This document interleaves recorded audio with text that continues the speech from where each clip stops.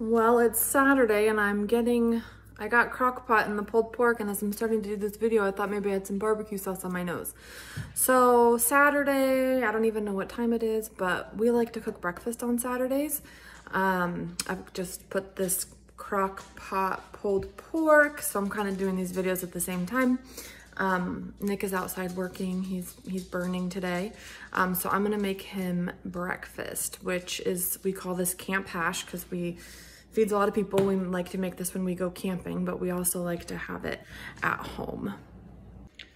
So we have this electric skillet that we like to make the hash in. I'll usually cook the sausage in here first just to eliminate a dirty dish, but it is like 10:15 and I want to speed up the process of the potatoes, peppers, and onions. So I'm gonna make the sausage on the stovetop of our retro oven.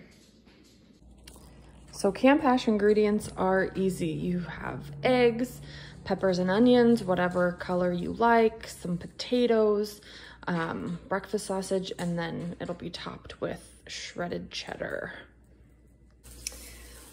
Well, the thing I love about Nick is that we really do complement each other. So he is the better potato person, but I think he's taught me enough times that I remember. So I take the potato and I split it, like set it on its side, split it in half. I do about 3 cuts of that one, and then I just kind of like chop it to whatever, 1, 2, 3, 4, 5, 6, just to get diced potatoes. I've put about a tablespoon of olive oil in the skillet, put it on 300, and I just throw in those potatoes in. I'll try to time it and see how long it takes. I think people appreciate that when you're providing them a recipe.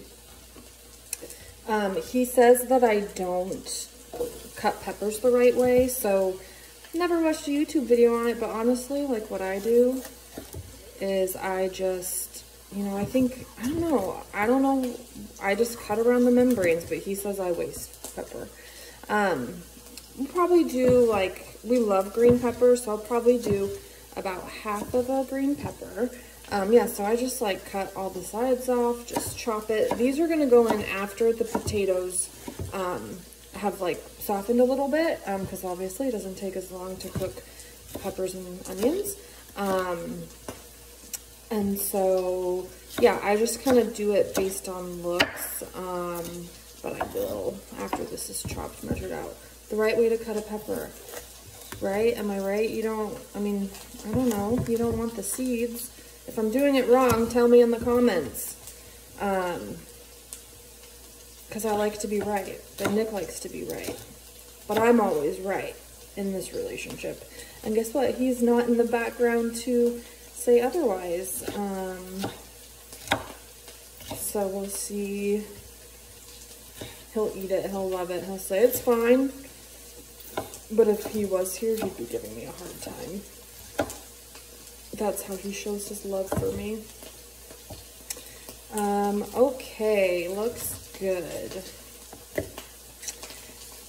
Okay, so I've got the potatoes in the skillet. I stirred them around to coat them with olive oil, and then I just season it with a little bit of garlic salt, not too much, because the pork is also going to add a little bit of salt to it, and you don't want this to be over salty. And the cheese probably also adds a little bit of just salt to the flavor profile.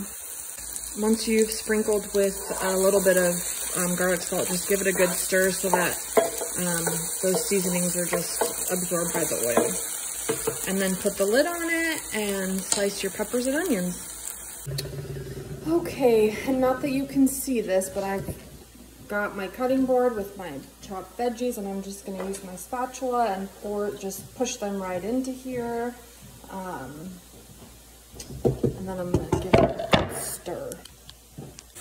The sausage is cooking up. While this just continues to cook, I'm going to crack my eggs in a bowl, whisk them, and I'm going to grate my cheese. And really, it's like not overwhelming or stressful. It just comes right together for a good hearty weekend breakfast or camping breakfast.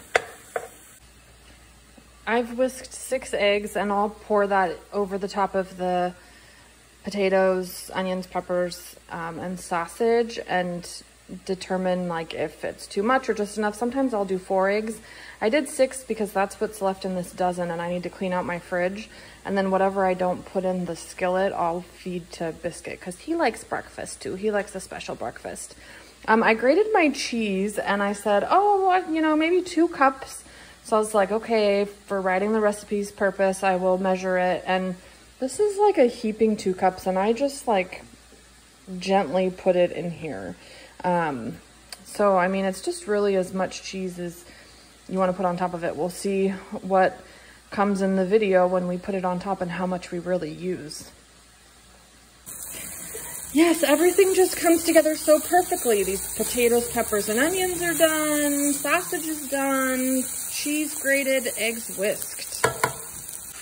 And in the time that it took me to whisk my eggs, grate my cheese, measure it, the sausage is ready to go into the peppers, onions, and potatoes.